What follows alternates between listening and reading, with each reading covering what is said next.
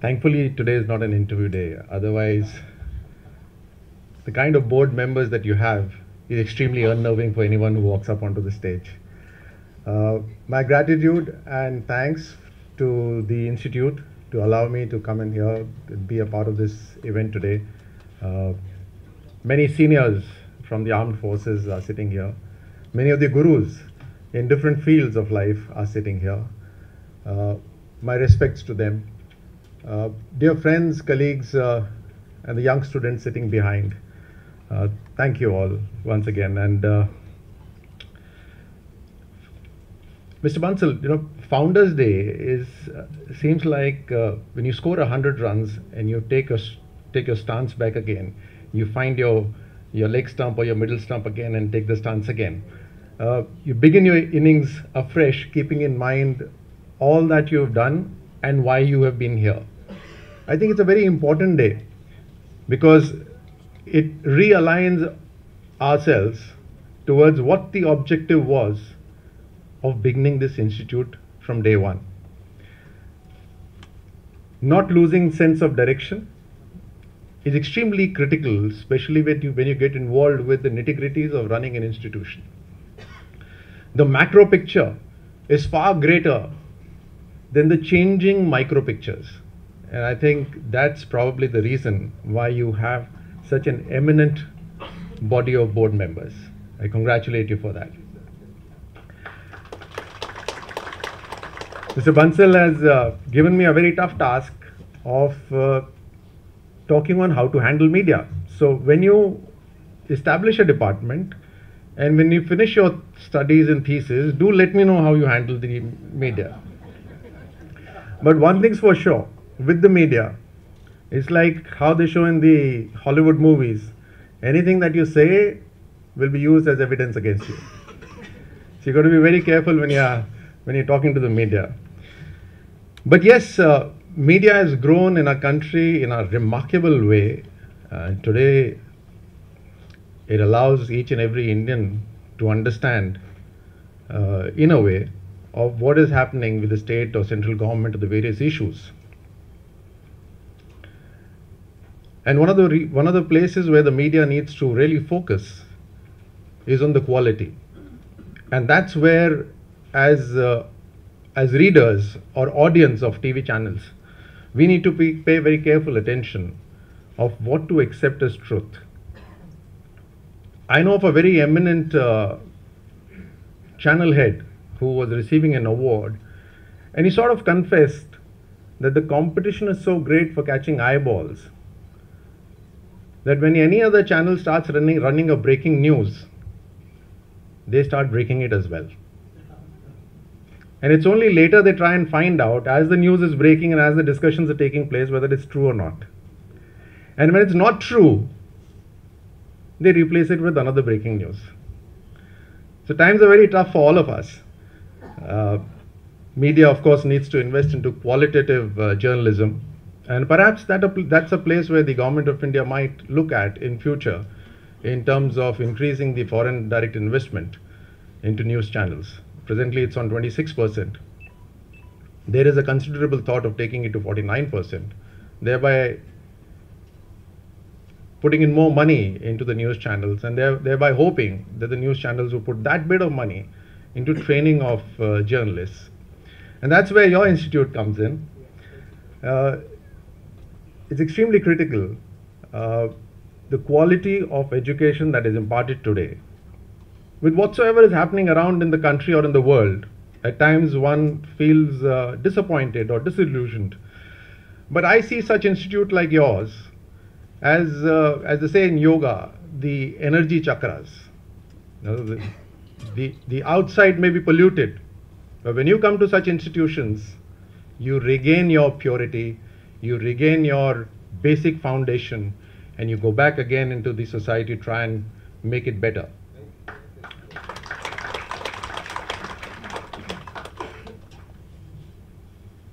When I was perhaps a student like you sitting behind, there was a whole lot of pressure from parents and everyone. And it was like, just let us get over with this. Let's get the studies over and life is very secure after that. I'll get a job and everything is good. That's something that I learned in the army. A very senior officer sitting here. We had this class of tactics in the army, and they gave us, I thought would be huge volumes of books on tactics. They gave us a small précis with perhaps 20 pages. And someone amongst us, in his curiosity, said, "Is that all about tactics, these 20 pages? And what if the enemy knows these 20 pages and he knows exactly what we're doing?" And then somebody explained, well, this is just the foundation, this is just the basic. And from here on this basic foundation, you start building what tactics should be. So your studies here is very similar to this précis. It's very thin, small, and just the foundation. And from here, now when you go out, it's about your passion, about your commitment, about your goal that you want to achieve, about how inspired you feel about yourself, and then you will be able to really achieve goals. For example, in shooting, considering that I won the Olympic medal in shooting, I should have been damn good shooter in the academy, but I was not. There, it used to be a question of, let's just get over this. I have to fire 10 shots. Let's just get this 10 shots out of my barrel and let me get out of the situation, because the helmet that you're wearing, which is about 1 kilo, is dangling on your head, and there's an instructor standing behind who's ready to whip you if you make any mistake. So you just want those 10 shots to go out of the barrel and say, "Thank you, sir, and I'm going back." It's only later when you joined the battalion that's where you started building on your core expertise for the armed forces as a youngster, on how to shoot straight, because you have to match up to your colleagues, the Jawans, and you have to be better than them in everything. So that's where I started really focusing. Similarly, in life, what you study here, be it media, be it sports management, be it any other management, is only the basics. But when you go out and interact with the society and understand what your job really requires, and then feel passionate about doing something, that you start building on the structure. And that's going to help you in life ahead. Knowledge is what you get here. But to put that knowledge into action is extremely critical. So knowledge is everywhere, actually. When you talk to your friends, there's knowledge. When you see television, there's knowledge. Films could be knowledge as well. Books are knowledge. Magazines are knowledge. Teachers are a fantastic source of knowledge. Parents are knowledge. But all that knowledge is useless until you put it into action. And I think I can't quote a better example than, since a whole lot of senior officers are here, of another a war story. Yom Kippur is a festival of Israel. It's perhaps something similar to our Diwali, as important. And the knowledge was that Israel celebrates Yom Kippur in a big way. But how Egypt put it into action was, from 1968 onwards, during the Yom Kippur festival, they started lowering down the boats in the Suez Canal. They would lower down the boats and withdraw it back. 68 they did it. Israel was very alert. 69 they did it again. Israel was still alert. 70 they did it again. Israel thought they're just used to it. Just during this festival they do it. In 71 they did it again. 72 they did it again. 73 Egypt invaded, and Israel was caught off the guard. So knowledge is one thing, but using that knowledge to effectiveness is entirely another thing. So when you gain in knowledge, start using it, start applying it, be it sports management, be it media management, be it anything else. It's going to give you a lot of satisfaction. Also, your ability to communicate is extremely critical. I keep telling I'm a learner. I'm always learning. And I'm always outside my comfort zone. Standing here on the podium is outside my comfort zone, by the way. I used to be a backbencher in school. One day I decided that I need to get better, because whenever I was talking to the friends, I realized that there's competitiveness here as well. And so I may be good in sports, let me show my competitiveness in studies as well. And so that day I moved ahead, and my friend said, "What's gone wrong with you? You've gone to the front bench." So the very fact that how you're able to communicate, be it to yourself or be it to outsiders, is extremely critical. Especially communicating to yourself is even more critical. I was saying, I keep telling my son, and like I'm a learner, whenever I find somebody speaking very well, I kind of tell him that, look, he has the ability of putting onto his tongue what's going on in his mind. And that's not an easy virtue. Many of us have great ideas in our mind, but it's very difficult for us to put it onto our tongue, to communicate to somebody else. At times, in my early years, I would say something to my subordinates, and they won't understand it. And at times I used to lose my temper. Then I realized it's not their mistake. It's my mistake that I am unable to communicate in the way they best understand. So working on this ability to communicate to outsiders is a continuous process, and it's an extremely critical and important aspect. A whole lot of recruiters are sitting here, I believe. HR personnel are sitting here. They will agree. They won't agree any less that whenever a student or a prospective person walks in, the ability to speak is extremely critical. I read a lot of newspapers, and I read it aloud at times. I read a lot of Hindi newspapers also, because coming from the army, a typical political Hindi is not so easy, and BJP is known for that. So I read aloud, and sometimes I'm made fun of, because my driver tells my wife, खबर तो मैं वैसे ही सुन लेता हूँ गाड़ी में बैठा बैठा, साहब पीछे पढ़ रहे होते हैं खबर. But it's all right. The jokes can be on you. The point is that you're learning. So I keep doing that. But another important aspect is communicating with yourself, which I said a little before. And that I did a lot in sports. Because in sports, I found myself totally isolated. In the army, you have a whole team. So you have buddies who are, when the chips are down, they're kind of pepping you on. You do the same to others. But in sports, when you have to excel, and especially under pressure, there are no friends. So you have to talk to yourself. What you communicate to yourself in difficult times is extremely critical. And you can't be a better friend than anybody else. So learn to communicate with yourself. Be your best friend. Talk to yourself in difficult times. In a competitive round of half an hour, I would talk to myself 1,000 times, and it's mentally absolutely draining to talk to yourself 1,000 times. You talk to yourself so much that there is no space for a negative thought to come in. So you flood your mind with positivity, and you keep flooding it. No space for anything else.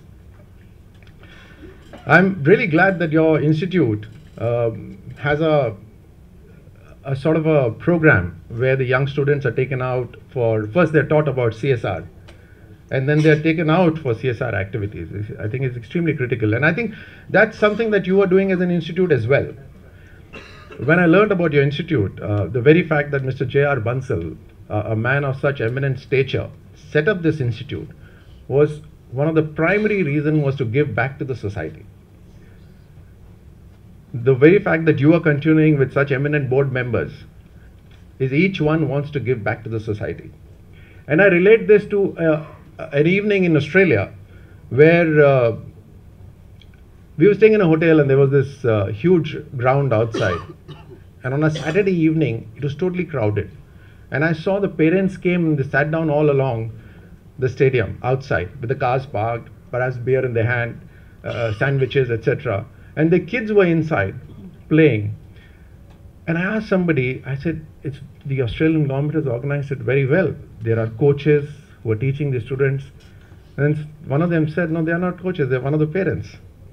So the parents give their time, whoever was good in sports, to go and teach the students, to the young kids. Now that is giving back to the society. I find that, and that's one of the reasons why I joined politics, was every time I felt that I'm achieving something in sports, perhaps the advantage of that, the results of that, will reach down to the others. It wasn't really happening. And I thought that perhaps there has to be a platform where beyond sports, you can get onto that platform and be able to help out others. It's for nothing else but for myself. And I think that's what everyone did. Mr. Bansal's doing the same for himself. There is a sense of satisfaction and there's a sense of achievement. You sleep much better at night when you're able to help out others. It's undeniable. Wealth, comfort is all right up to a certain level. After that, you will only find peace if you're able to help somebody. And I think that is the essence of CSR, to be able to become a complete human being, to be able to help others. A little story similar to the from the armed forces is the speed of the team is the speed of the slowest man in your team. And therefore, you have to teach that slowest person, and at any point of time, you can become the slowest person in some field or the other. So don't think that you are blessed with certain degree of intellect and ability that you will never be slow. I remember one of the reasons why I joined the armed forces, and that was not the only reason, was that I didn't have to give my 12th board. So 11th ka exam diya, I got through my NDA, and I had to join the National Defense Academy before my 12th board. So it was very, very comfortable. So I joined it, and I thought that's the end of studies, because army is all about guns and fighting and war, and that's what I wanted. And I realized that I flunked in initial tests of the National Defense Academy. Then the NDA took out a list of weak students. So there was a whole lot of weak students, and they had to attend after sports period. They had to attend classes in the evening. So there were like 20 students and one instructor, and my name was not there in that. So I said, at least NDA realizes that I have potential. It's just that I didn't study. Then they came out with another list, which was one student and one teacher, and my name was on that. So the weakest student needs to be given attention, or team member needs to be given attention and needs to be moved ahead. There are a lot of corporate people here as well.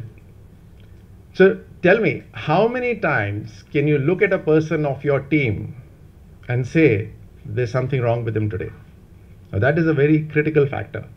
And to be able to call out and say that aaj koi gadbad hai, ghar pe theek nahi hai.